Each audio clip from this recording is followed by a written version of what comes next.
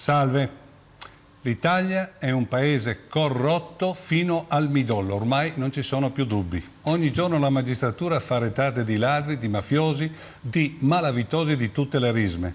Se non ci darà una decisa sterzata a questo grave stato di cose, l'Italia è destinata ad impoverirsi ulteriormente, sia economicamente che civilmente. I poveri non potranno che aumentare.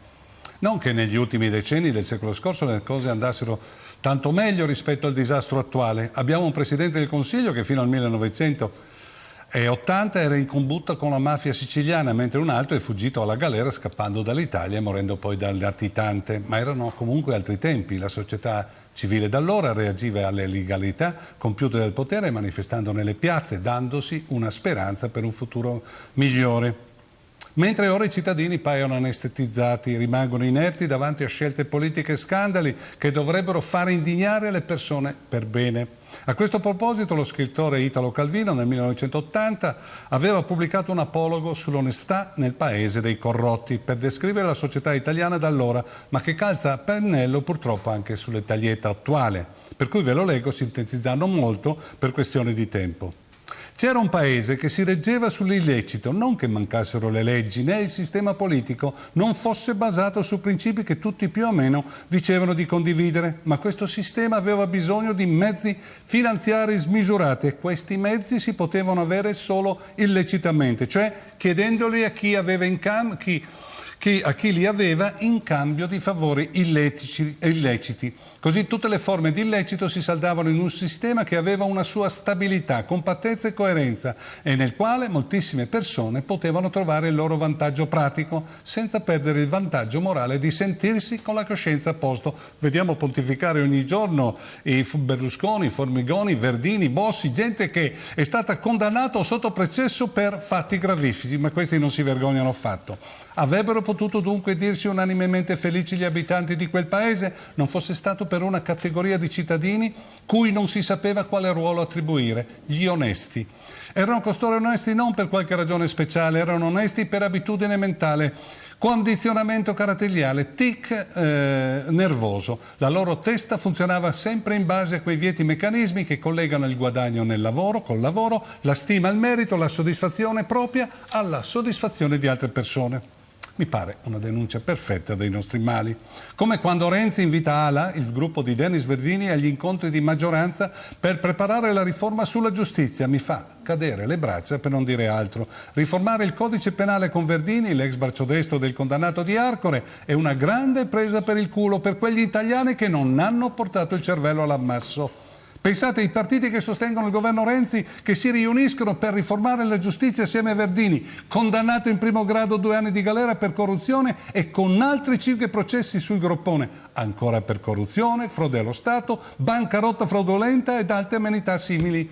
Una presa in giro stomachevole. A questo punto potrebbero pure invitare Totò Riina per studiare insieme le leggi per sconfiggere le mafie.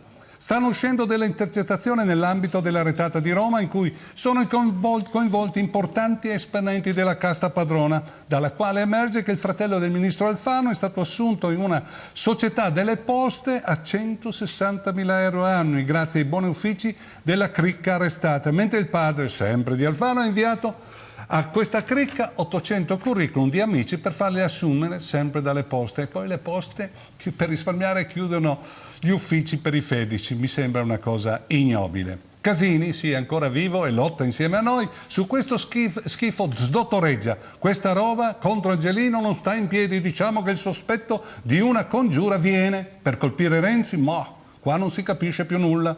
Anche il capogruppo PDSino eteroresato lo difende. Alfano sta facendo bene il suo lavoro ed è pretestuosa la richiesta di dimissioni. Mentre Angelino Alfano su questa foglia dichiara sono scarti di un'inchiesta maneggiati per uso politico e poi minaccia Renzi di aprire una crisi di governo perché non lo difende. Su 54 parlamentari Alfano se ne ritrova 19 coinvolti in inchieste giudiziarie, il 35%, neanche nei quartieri più malfamati si trova una percentuale simile. Questi sono i compagni di viaggio di Renzi e del suo governo. Viene difficile pensare che elementi simili facciano cambiare verso al paese, come dice uno slogan del bullo fiorentino.